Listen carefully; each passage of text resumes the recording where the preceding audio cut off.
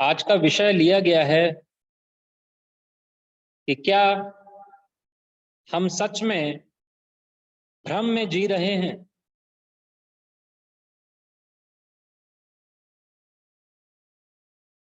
माया भ्रम। हम सभी ने यह कई बार सुना है कि यह संसार जो हमें दिखाई दे रहा है यह सब माया है। वह असत्य और झूठ भी है। इसमें वास्तविक शांति नहीं है। वह इसका त्याग करने में ही समझदारी है। वह यह त्याग का रास्ता ही शांति प्राप्त करने का उपाय भी है। तो आज जानेंगे कि कैसे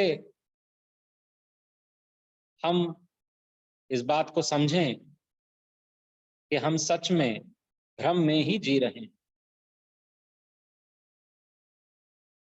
पहले माया का अर्थ समझते हैं। माया का अर्थ होता है व्यापक अविद्या, जिसमें सभी मनुष्य फंसे हैं। माने जो वास्तव में है ही नहीं, परंतु हर वक्त महसूस होता है। जैसे कि स्वप्न में कुछ ना होने पर भी सब कुछ प्रतीत होता है, जबकि हम सब भली भांति जानते हैं कि स्वप्न की वास्तविकता नहीं है। अच्छा स्वप्न देख लिया तो खुश हो गए, मन प्रतिकूल बुरा सपना देख लिया तो दुखी हो गए या डर गए। और जब नींद खुली और पता चला कि अरे यह तो सपना था, तब मन को चैन आ जाता है कि कुछ बुरा घटित नहीं हुआ, वह मैं बच गया। माने स्वप्न में चाहे अच्छा हुआ हो चाहे बुरा, प्रत्यक्ष रूप में हमारा दोनों से ही कोई संबंध नहीं होता। माने स्वप्न की घटना को प्रत्यक्ष रूप में हम भोगते नहीं हैं, इसलिए उसे झूठा दृढ़ता से मान लेते हैं। यह हमारा पक्का निश्चय होता है कि स्वप्न में देखी हुई घटना, क्रिया, करी हुई क्रिया, वह सब झूठी है। महाराज जी कहते भी हैं, सपना जैसे रात का ऐसा जगदा खेल। परंतु जो जीवन हम जी रहे हैं उसमें समस्त क्रियाओं का, वस्तुओं का, व्यक्तियों का, परिस्थितियों का हमारे मन पर प्रभाव पड़ता है। वह प्रत्यक्ष रूप में हमारे अपने अनुभव में भी है, इसलिए यह संसार हमें सत्य जान पड़ता है। परंतु जो हमारे आराध्य हैं, जिनकी हम बचपन से पूजा करते आए हैं, वह अभी भी कर ही रहे हैं। वो क्या कह रहे हैं, यह जानना व समझना बेहद महत्वपूर्ण है। भगवान शिव माता पार्वती से कह रहे हैं, उमा कहूं मैं अनुभव अपना, सत हरि भजन जगत सब सपना। ते नर बड़े अभागे, राम नाम सुमिरन छोड़ विषय भोग में लागे। समस्त जगत को एक सपना कहा जा रहा है। माने मैं, माने जीव, जो कि इस संसार को 100% सच मानता हूं, उसे 100% झूठ कहा जा रहा है। बात ये एकदम उलट है। वह ये बात से हमें सोचने पर मजबूर हो जाना चाहिए कि हमारी और ईश्वर की सोच में इतना फर्क कैसे है। यदि मैं आज भी इस संसार को ही सत्य मान रहा हूं तो इसके दो अर्थ हैं। पहला, मुझे गुरु और ईश्वर पर पूर्ण श्रद्धा नहीं है। दूसरा, मुझे स्वयं पर व संसार पर ही पूर्ण विश्वास है, क्योंकि जिसको गुरु और ईश्वर पर पूर्ण विश्वास होगा उसकी जीवन जीने के तौर तरीके ही अलग होंगे। वह अपने वालों का जीवन जैसा भी चल रहा हो उसको प्रारब्धवश मानते हुए स्वीकार करता है। वह आगे का जीवन गुरु के बताए अनुसार व्यतीत करता है। यह बात हम सभी जानते हैं कि हम स्वयं को बड़ा होशियार मानते हैं कि जैसा भी जीवन में जी रहा हूं वो एकदम ठीक है। वह कोई मेरा जरा भी अपमान कर दे तो मुझे बर्दाश्त नहीं। परंतु यहाँ तो ईश्वर स्वयं कह रहे हैं कि तेरा जीवन जीने का तरीका ठीक नहीं। तू जो इस संसार को सत्य जानकर जी रहा है वह तेरी सोच ठीक नहीं। अब यहाँ हमारी समस्या यह है कि जो संसार हमें हर तरीके से सत्य लग रहा है उसे झूठ कैसे समझें। इसकी खुलासी सिर्फ असली गुरु के मिलने से, असली सत्संग सुनने से व सिर्फ मानुष चोले को धारण करने से ही हो सकती है। इस बात को समझने के लिए कि यह संसार झूठ है, एक प्रश्न उत्तर गुरुदेव ने कहा मैं से आपके समक्ष रख रहा हूं। प्रश्न किया कि महाराज जी, सत असत का किस तरह विचार किया जावे। उत्तर देते हैं, दृष्टा दृश्य जिस कदर भास रहा है इस सारे प्रपंच को क्षण भंगुर विचार करो, क्योंकि यह नाना प्रकार का नाम रूप जगत जो देखने में आ रहा है हर घड़ी हर लम्हे बदल रहा है। यह सब असत है। वक्त पाकर यह सब नाश को प्राप्त हो जाता है। जो चीजें दूसरे के आधार पर हैं सब असत हैं। जो चीज स्वभाव सहित है वह असत है। यह पांच तत्व की प्रकृति जो गुण सहित है यह ही माया का रूप है, सदा बदलती रहती है। इस वास्ते यह सब असत है। यह दृश्यमान संसार त्रिखवंत और अशांत स्वरूप है। अज्ञानता के कारण जीव असत को सत मान रहा है और दिन रात भटक रहा है। इसे कोई तसल्ली का रास्ता दिखाई नहीं देता।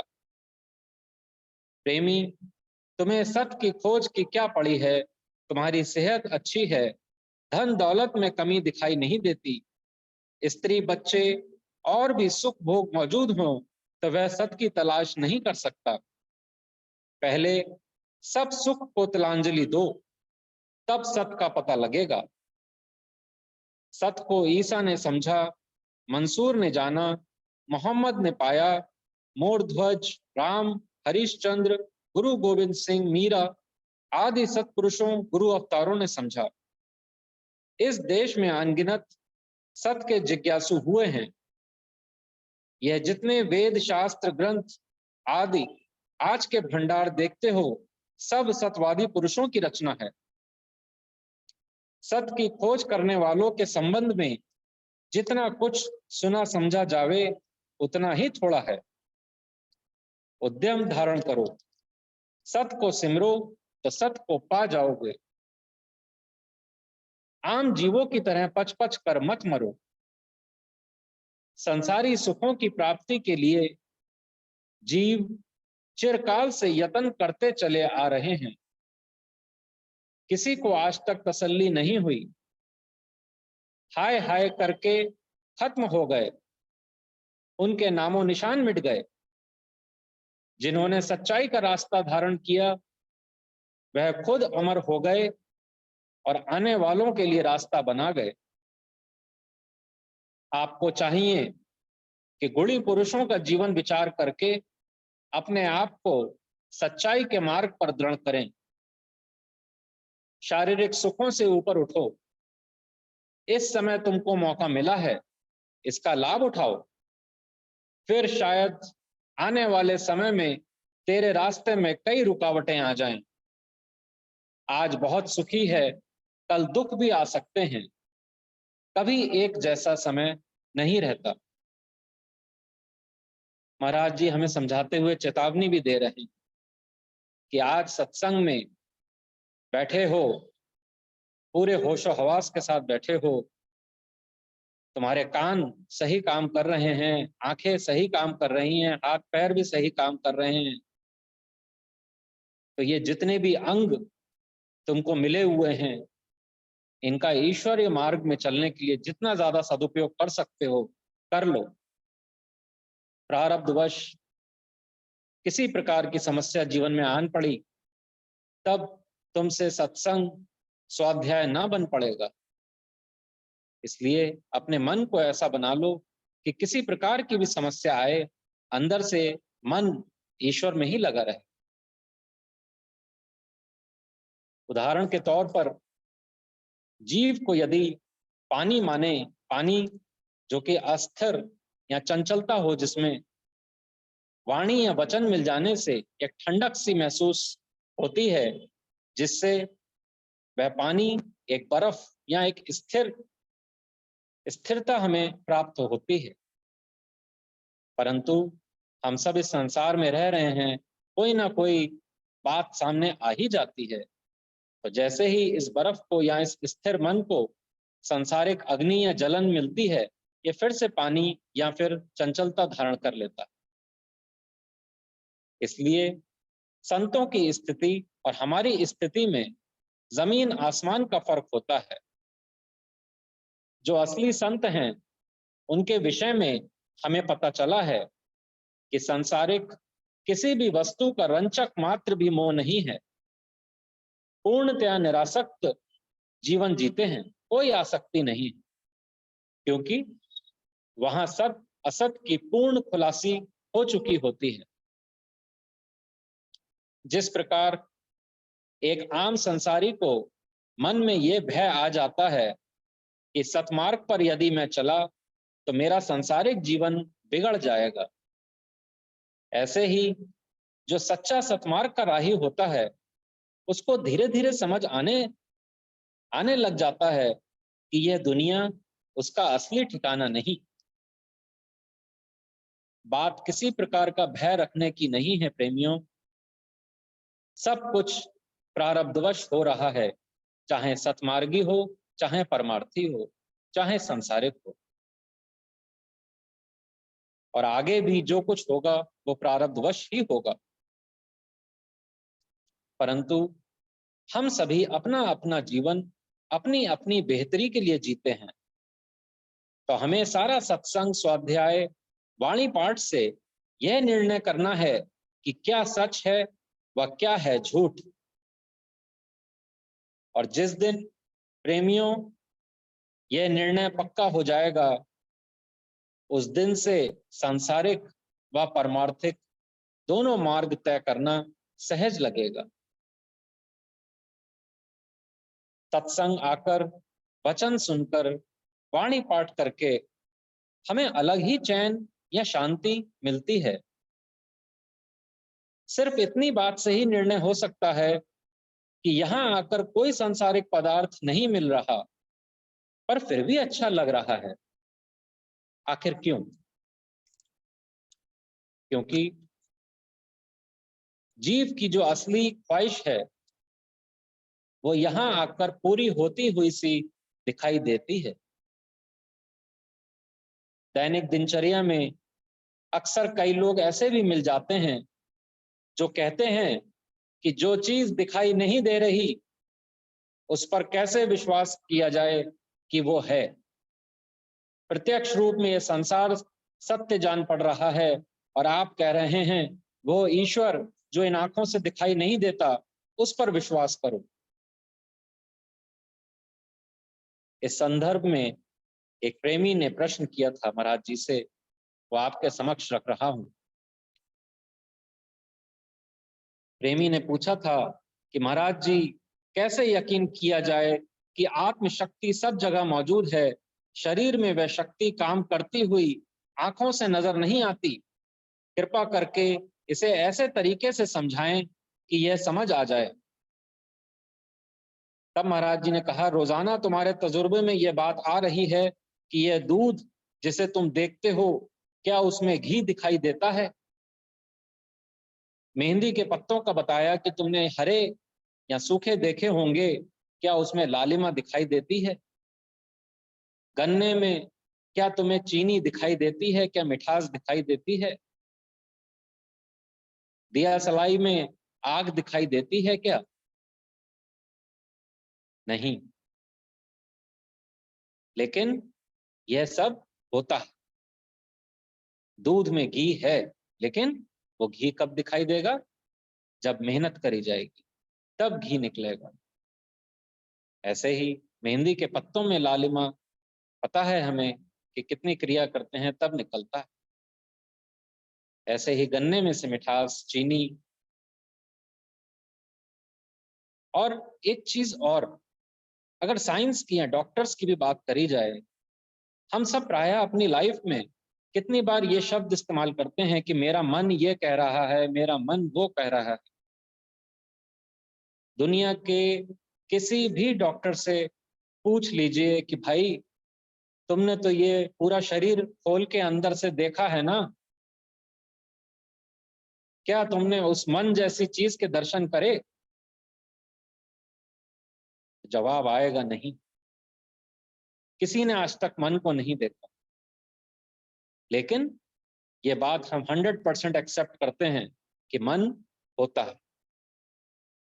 तो जो चीजें दिखाई नहीं दे रही हैं, ये कहना कि उन पर विश्वास कैसे करें, ये एक मूर्खतापूर्ण प्रश्न है। कुछ प्रेमी जन ऐसे भी मिले जिनकी समस्या ये थी कि जब सत्संग श्रवण करते हैं तब सब बातें समझ भी आती हैं व मन को अच्छा भी लगता है, परंतु जैसे ही संसारिक क्रियाएं सामने आती हैं तब मन अजीब सा हो जाता है कि आखिर करें क्या। एक तरफ तो हमको त्याग का मार्ग, सादगी का जीवन, यह सब बातें बताई जा रही हैं, परंतु संसार की उलझनें ऐसी हैं कि उसमें अगर हम इन चीजों को रखकर साथ चलते हैं तब बड़ा मुश्किल होता है। महाराज जी के वचनों को ध्यान पूर्वक पढ़ें, तब इसका भी हल मिल जाएगा। सत्पुरुषों ने कोई बात खाली नहीं छोड़ी है, हर चीज की युक्ति दे रखी है। हम स्वयं सोचें कि यदि हम पूरा दिन केवल सत्संग या स्वाध्याय करते रहें तब भी हमें अपना अपना पता है कि मन हमारा उचाट हो जाएगा। वह 24 घंटे केवल सांसारिक क्रियाएं करते रहें जो हम पहले भी करते आ रहे हैं, तो भी हमारा मन उचाट हो जाएगा। इसलिए सत्पुरुषों ने इसकी एक युक्ति दी। क्या युक्ति दी? उन्होंने कहा कि स्वार्थ व परमार्थ दोनों की समय सीमा बांधकर मर्यादा में रहते हुए फर्ज वाली गुजरान जिंदगी जियो, क्योंकि उन्हें हमारे अंदर के हालात भली भांति पता है। उन्हें पता है कि अभी अंदर की मिट्टी हमारी कैसी है, इसलिए वो हमसे पूरा टाइम ये नहीं कह रहे कि सत्संग करो, स्वाध्याय करो या केवल सांसारिक क्रियाएं ही करते रहो। दोनों को समय सीमा बांधकर कार्य को करना है। हम सभी को सिर्फ करना यह है कि महाराज जी के बताए हुए वचनों पर पूर्ण श्रद्धा रखते हुए करने वाला जीवन जीने की कोशिश करते रहें। झूठ संसार, सच करतार। वाणी में आया भी कि तेरा कोई संगी न साथी, नित साजन जाए अकेला। मंगत उठ प्रभ नाम सिमर लो, ये झूठ जगत का मेला। ये झूठ जगत का मेला है। संसारिक छोटी छोटी खुशियां हमें वापस से संसार की ओर खींच ले जाती हैं। ऐसा लगता है कि नहीं, सुख यहाँ पे बहुत है, लेकिन साध वचन पलटे नहीं, पलट जाए ब्रह्मांड। उन्होंने कहा ये बात पक्की है, ये झूठ जगत का मेला है।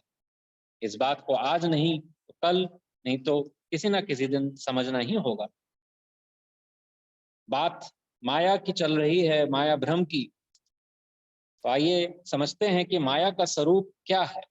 समता विलास के 2 वचन आपके समक्ष रख रहा हूं। महाराज जी कह रहे हैं, जिस वक्त जीव अहंकार की गिरफ्तारी में आ जाता है, यानी अपने आप को कर्ता मान लेता है, उस वक्त कर्म फल की इच्छा में मुस्तगर्क होकर खुशी व गमी में ग्रस्त हो जाता है।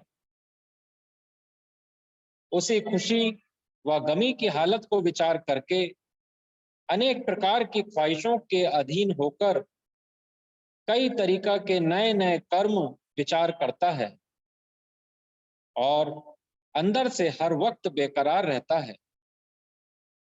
इस बेकरारी या अशांति की हालत में समता आनंद अलोप हो जाता है, यानी ख्वाहिश और क्रोध, मोह और भय को धारण करके नित्य ही अशांत रहता है। यही अज्ञान त्रैगुणी माया का स्वरूप है। जिस वक्त कर्तापन अख्तियार करता है, उसी वक्त कर्म और कर्म फल की ख्वाहिश से सात्विक, राजस और तामस भाव में गिरफ्तार हो जाता है। इसी कर्तापन की हालत को लेकर कई जन्म तक नए नए स्वरूप धारण करता है। यही आवागमन का चक्र। 24 घंटे हम लोग जैसी भी क्रियाएं करते हैं, जो कुछ भी हम सोचते हैं,